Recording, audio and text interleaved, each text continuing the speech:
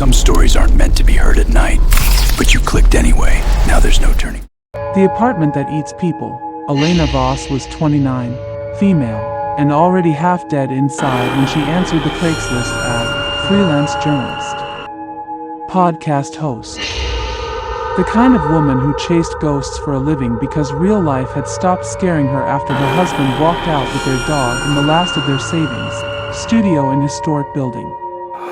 $475. Must see to believe. She believed. She always believed too quickly. The building crouched on a forgotten block downtown, between a shuttered pawn shop and a liquor store with bars on the windows. Paint the color of dried blood flaked off the bricks. The lobby smelled of mildew and something sweeter, rotting meat left too long in a warm place.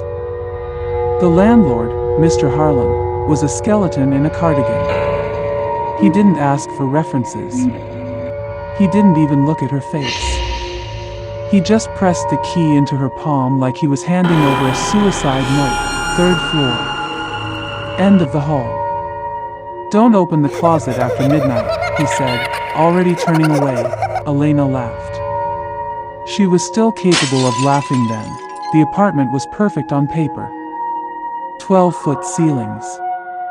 Original hardwood that creaked like old bones. A single window that looked straight into the brick wall of the next building, 6 inches away. No sunlight. No neighbors she could hear.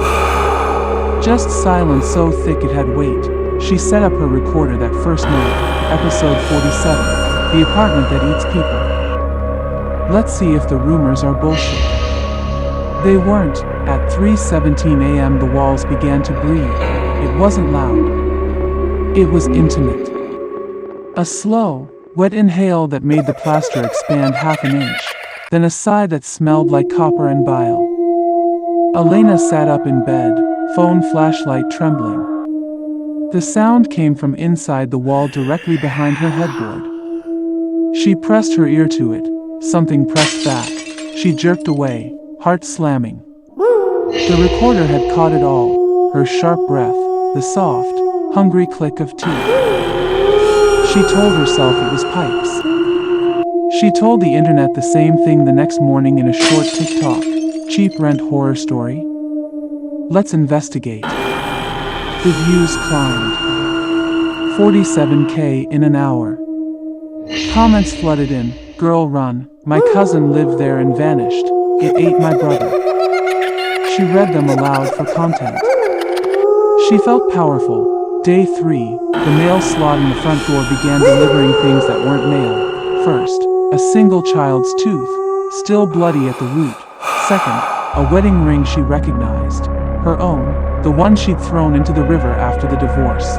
Third, a photograph of her sleeping last night, taken from inside the room. The timestamp said 3:17 a.m. She stopped sleeping in the bed.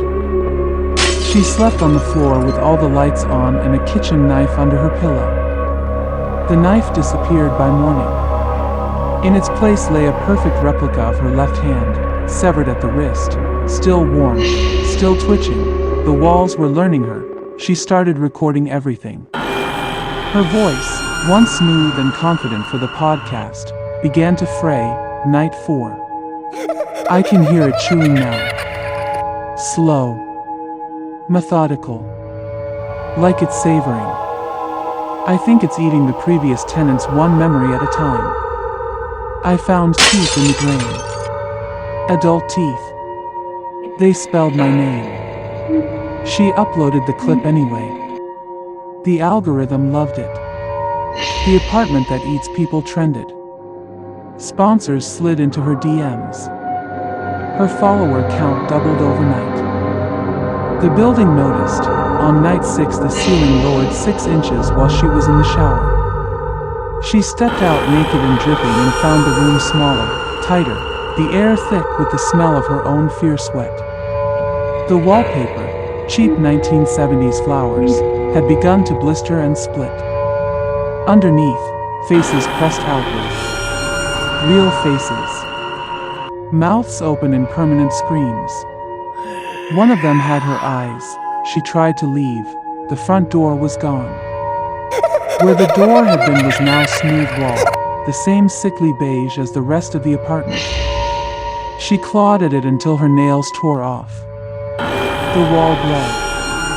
The blood was hers, same AB negative type she donated 2 weeks ago. It spelled stay in careful cursive. She ran to the window. The brick outside had grown closer. Now it touched the glass. She could see tiny veins pulsing in the mortar. That night the apartment spoke with her own voice. Elena. It whispered from every corner at once, soft and loving like a wife who still wanted him back. You came looking for a story. I'm giving you the best one. Forever. She smashed the recorder against the wall.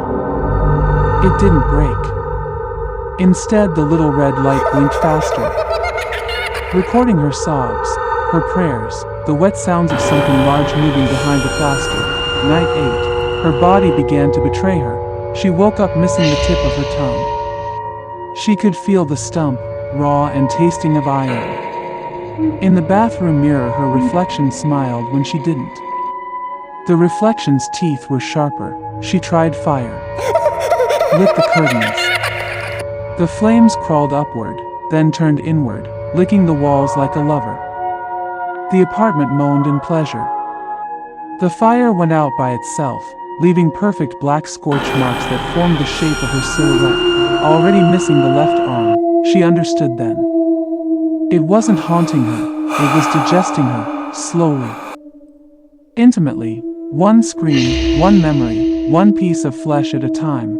On the final night she sat cross-legged in the center of the shrinking room, phone propped on a stack of her own teeth. The walls were so close now she could reach out and touch both at once. They were warm. They pulsed like a heartbeat. She hit record one last time. This is Elena Voss, signing off. If you're watching this, the rent is still $475. The key is under the mat. Come visit. I'm lonely in here. Her voice cracked. Something moved behind her eyes, something that was no longer entirely her. The walls opened like a mouth. They were soft, wet, lined with thousands of tiny, perfect teeth. Elena smiled with the reflection's sharper teeth. Say cheese, she whispered. The apartment closed around her. The video ended with the sound of chewing. It has 3.2 million views now. The comments are still coming. This is the most terrifying thing I've ever seen. Is she okay? Wait. The new girl who just moved in posted a story from the same apartment. Her name is Elena too. And somewhere on the 3rd floor, end of the hall, the walls are breathing again, waiting for the next one who thinks cheap rent is worth the risk. Because the apartment isn't full yet. It's still hungry. If you love stories that stay with you after midnight, subscribe. More darkness is coming. Now, there's no turning back.